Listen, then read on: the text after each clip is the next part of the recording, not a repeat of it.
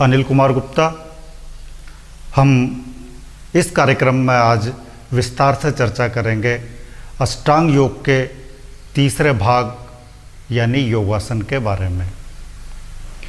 योगासन एक प्रकार का शारीरिक व्यायाम है। योगासन के नियमित अभ्यास से जहाँ हमारा शरीर निरोगी रहता है, वहीं हमारा शरीर सशक्त, सुडौल, सुंदर और आकर्षक भी बनता है।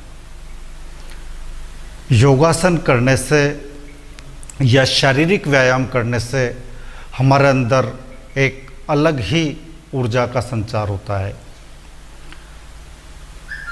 हमारी कार्य क्षमता असीमित हो जाती है। बिना विश्राम किए ही हम कई घंटों तक निरंतर कार्य कर सकते हैं। योगासनों में जो हमारे महर्षियों ने आकृतियाँ दी है, वो आकृतियाँ विभिन्न पशु पक्षियों की विभिन्न मुद्राओं की, साथ ही अन्य आकृतियों के आधार पर योगासनों की रचना हमारे महर्षियों ने की है। जैसे मोर की आकृति के आधार पर मयूरासन, कमल की आकृति के आधार पर पद्मासन, मछली की आकृति के आधार पर मत्स्यासन, ताड़ वृक्ष की आकृति के आधार पर ताड़ासन, धनुष की आकृति के आधार पर धनुरासन और इसी तरीके से अन्य अनेकों आसन हमारे महर्षियों ने हमें अपने शरीर को स्वस्थ रखने के लिए दिए हैं। योगासनों के द्वारा हमारे शरीर के किसी विशेष अंग पर खिंचाव उत्पन्न होता है और उस अंग विशेष पर खिंचाव उत्पन्न होने से उस अंग में रक्त संचार तीव्र गति से होने लगता है। जब हमारे शरीर में रक्त संचार तीव्र गति से होने लगता है तो उस अंग से संबंधित सभी रोग नष्ट होने लगते हैं। इसके अलावा योगासनों को करने से जब हम नियमित रूप से करेंगे और हमारा शरीर पूर्ण रूप से स्वस्थ होगा, और जब शरीर स्वस्थ होगा तो निश्चित रूप से हमारा मन भी स्वस्थ होगा और हमारा मस्तिष्क भी स्वस्थ होगा। स्वस्थ शरीर में ही मनोविकारों से मुक्त होकर मन रहता है और मस्तिष्क से नकारात्मक विचार शांत होने लगते हैं। यानी हमारे शरीर के स्वास्थ्य के साथ साथ हमारा मन भी विकारों से मुक्त होने लगता है। सभी विकार, चाहे वो क्रोध, भय, आलस्य, दुर्भाव, द्वेष, जो भी विकार हैं वो धीरे धीरे शांत होने लगते हैं और मन भी शांत होते हुए आनंद की स्थिति में पहुंच जाता है। इसी तरीके से मस्तिष्क में भी सकारात्मक विचारों का प्रवाह होने लगता है और नकारात्मक विचार शांत होने लगते हैं।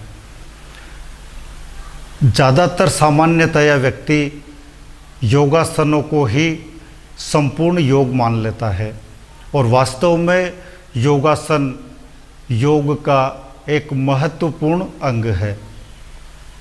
योगासनों के नियमित अभ्यास से अनेकों लाभ होते हैं, जिनमें हमारा शरीर रोग मुक्त होना तो एक सामान्य लाभ है ही सही, उसके अलावा हमारे शरीर की, हमारे मन की, हमारे मस्तिष्क की क्षमताएं असीमित होती चली जाती है, अलौकिक शक्तियां जागृत होने लगती है। योगासनों के नियमित अभ्यास से ही हमारे जीवन में योग घटित होने लगता है।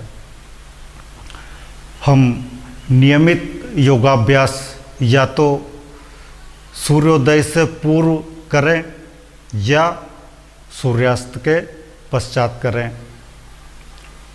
अगर सूर्योदय या सूर्यास्त के पश्चात हमारी दिनचर्या में संभव नहीं हो तो हम जब भी प्रातःकाल उठें तब उठने के बाद नित्य कर्मों से निवृत्त होने के बाद योगाभ्यास आवश्यक रूप से करें।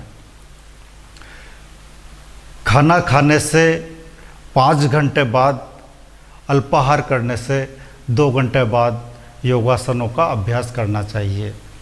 खाना खाने या अल्पाहार करने के तुरंत बाद योगासन नहीं करने चाहिए। योगासन करने से हमारा शरीर जहाँ सशक्त और सुडौल होता है, वहीं हमारा शरीर सुंदर और आकर्षक भी बनता है। एक चेहरे पर अलग ही तेज और ओज नज़र आने लगता है। सामान्य व्यक्तियों की तुलना में योगी व्यक्ति जोश, उत्साह, उल्लास और उमंग के साथ अपने जीवन को पूर्ण आनंद के साथ जीता चला जाता है। तो आइए हम नियमित योगासनों का अभ्यास करें और अपने जीवन में जो जोश, उत्साह है, आनंद है, उसका पूर्ण अनुभव करें, जीवन का पूर्ण आनंद लें। योगा अभ्यासों के साथ साथ अन्य शारीरिक व्यायाम भी हम अपनी नियमित दिनचर्या में शामिल कर सकते हैं। इन सरल व्यायामों से भी हमारा शरीर स्वस्थ होकर सुडौल, सुंदर और आकर्षक बनता है। जैसे हम नियमित रूप से पैदल चलना प्रारंभ करें, 1 घंटे तक नियमित अगर हम सुबह या शाम पैदल चलेंगे तो अनेकों लाभ हमको प्राप्त होने लगेंगे। कुछ मिनट हमें दौड़ना चाहिए, कुछ मिनट तैरना चाहिए, साइकिल चलाना या अन्य और भी शारीरिक व्यायाम सरल से लेकर कठिन तक हम अपनी दिनचर्या में शामिल करने चाहिए। जैसे व्यायामशाला में होने वाले व्यायामों को भी हम अपनी दिनचर्या में शामिल करना चाहिए। जैसे वेट लिफ्टिंग, बेंच प्रेस, मुग्दर घुमाना, डम्बच उठाना आदि व्यायामों को भी हम अपनी दिनचर्या में कम सीमित मात्रा में शामिल कर सकते हैं। व्यायामशाला वाले व्यायामों को अधिक मात्रा में नहीं करना चाहिए।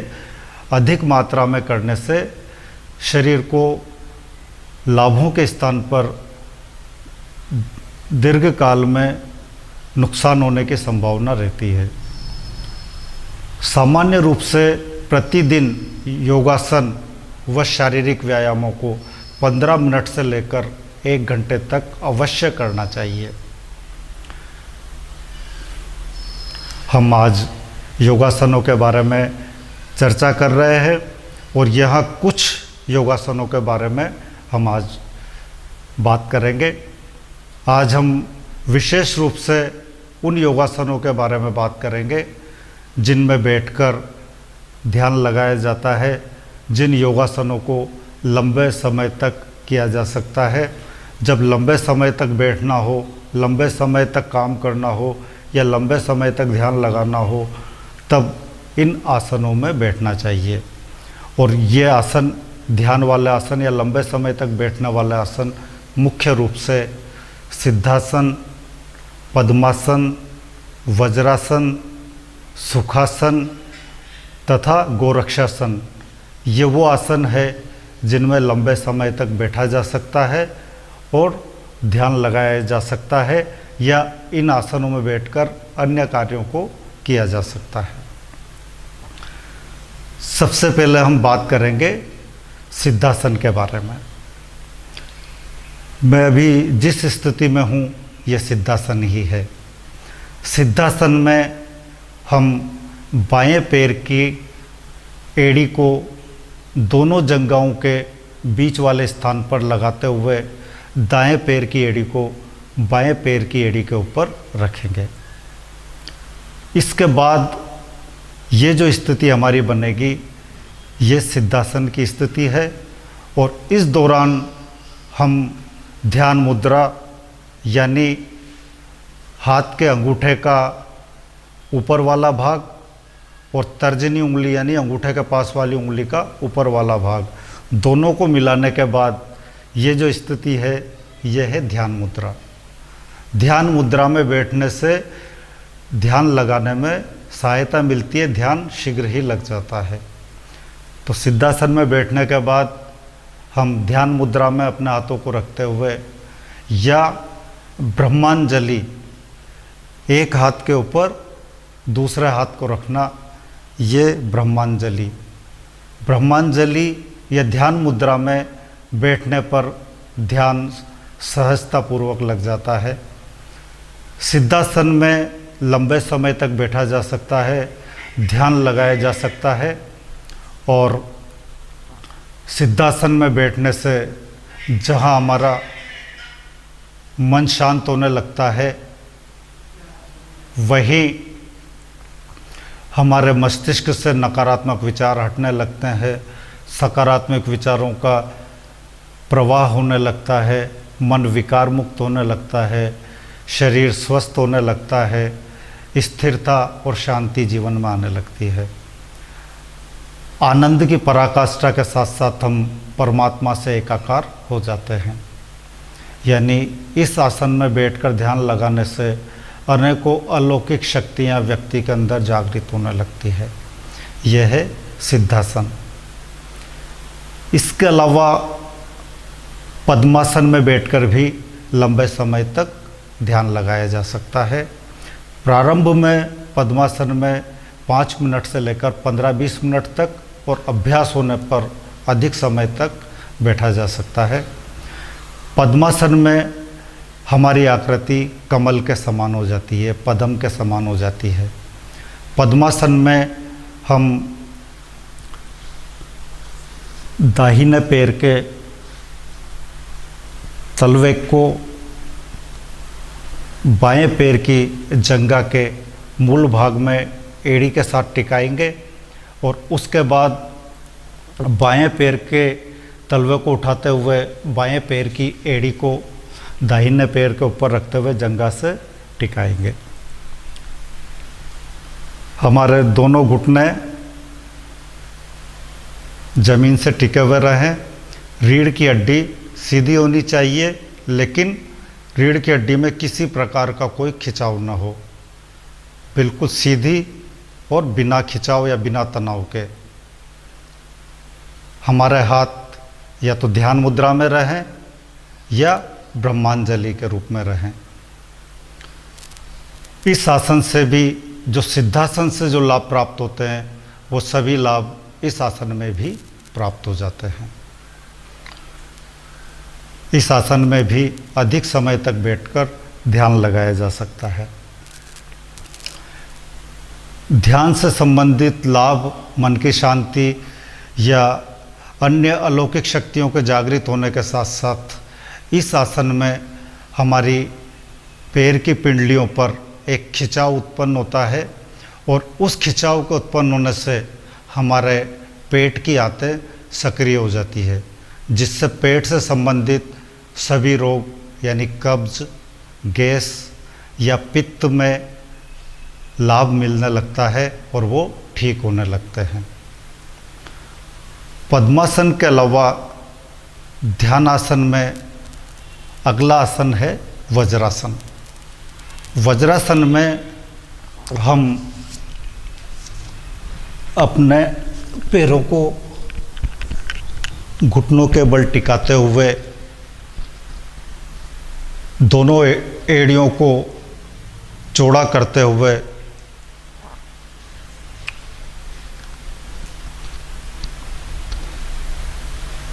दोनों एड़ियों के बीच में बैठना है और ये स्थिति जो बनेगी हमारी, ये है वज्रासन। वज्रासन में हमारे हाथ इस तरीके से जंघाओं पर आगे की तरफ रखे रहेंगे। इस आसन में भी 5 मिनट से प्रारंभ करके 15-20 मिनट तक और अभ्यास होने के बाद अधिक समय तक बैठा जा सकता है। इस आसन से भी वे सभी लाभ प्राप्त होते हैं जो सिद्धासन और पद्मासन से प्राप्त होते हैं। इस आसन में बैठने से ध्यान संबंधी लाभों के साथ साथ इस आसन में भी हमारी पैर की पिंडलियों पर दबाव पड़ता है और इससे हमारी पेट की आंतें सक्रिय हो जाती है और पेट से संबंधित कब्ज, वायु और पित्त से संबंधित रोगों में लाभ होता है। इस आसन को कभी भी किसी भी समय किया जा सकता है। खाना खाने के बाद भी इस आसन में बैठा जा सकता है। इस आसन में खाना खाने के बाद हम 5 से 10 मिनट तक बैठते हैं या अधिक समय तक बैठते हैं तो खाना आसानी से पच जाता है, अपच वाले रोग नहीं होते हैं। इसके अलावा ध्यानासन में अगला आसन है गोरक्षासन। गोरक्षासन में दोनों पैरों के पंजों के तलवों को आपस में मिलाते हुए एड़ियों को दोनों जंघाओं के बीच में टिकाया जाता है और पैर के जो घुटने हैं उन्हें जमीन से टिकाने का प्रयास किया जाता है। योगी गोरखनाथ ने अपनी साधना इसी आसन में बैठकर की थी, इसलिए इस आसन का नाम गोरक्षासन है। इस आसन में बैठकर भी ध्यान से संबंधित सभी लाभ प्राप्त होते हैं। इसके अलावा व्यक्ति की जो यौन संबंधी क्षमता है, यौन संबंधी रोग हैं, वो रोग नष्ट होते हैं। यौन संबंधी क्षमताएं व्यक्ति की बढ़ने लगती है। इस आसन में भी अधिक समय तक बैठा जा सकता है। 5 मिनट से प्रारंभ करके 15 से 20 मिनट और सिद्ध होने पर, अभ्यास होने पर अधिक समय तक भी इस आसन में बैठा जा सकता है। इस आसन में बैठने पर दोनों जंघाओं के जॉइंट्स के ऊपर खिंचाव आता है। इस आसन के भी वे सभी लाभ हैं जो पद्मासन, वज्रासन, सिद्धासन में होते हैं। इसके अलावा ध्यान लगाने के लिए अन्य ध्यानासन में है सुखासन। सुखासन यानी ऐसा आसन जिसमें बैठने से किसी प्रकार का कष्ट अनुभव न हो, किसी प्रकार का खिंचाव अनुभव न हो और सरलता से आलती पालती लगाकर इस आसन में बैठा जाता है। सामान्यतया दाहिने पैर के पंजे को उठाकर बाएं पैर पर या बाएं पैर के पंजे को उठाकर दाहिने पैर पर रख के रीढ़ की हड्डी को सीधा रखते हुए हम बैठ जाते हैं। हमारी हाथों की स्थिति या तो ध्यान मुद्रा में हो या ब्रह्मांजलि के रूप में हो। सुखासन में बैठकर भी ध्यान से संबंधित जितने भी लाभ हैं वो सभी इस आसन में भी प्राप्त होते हैं।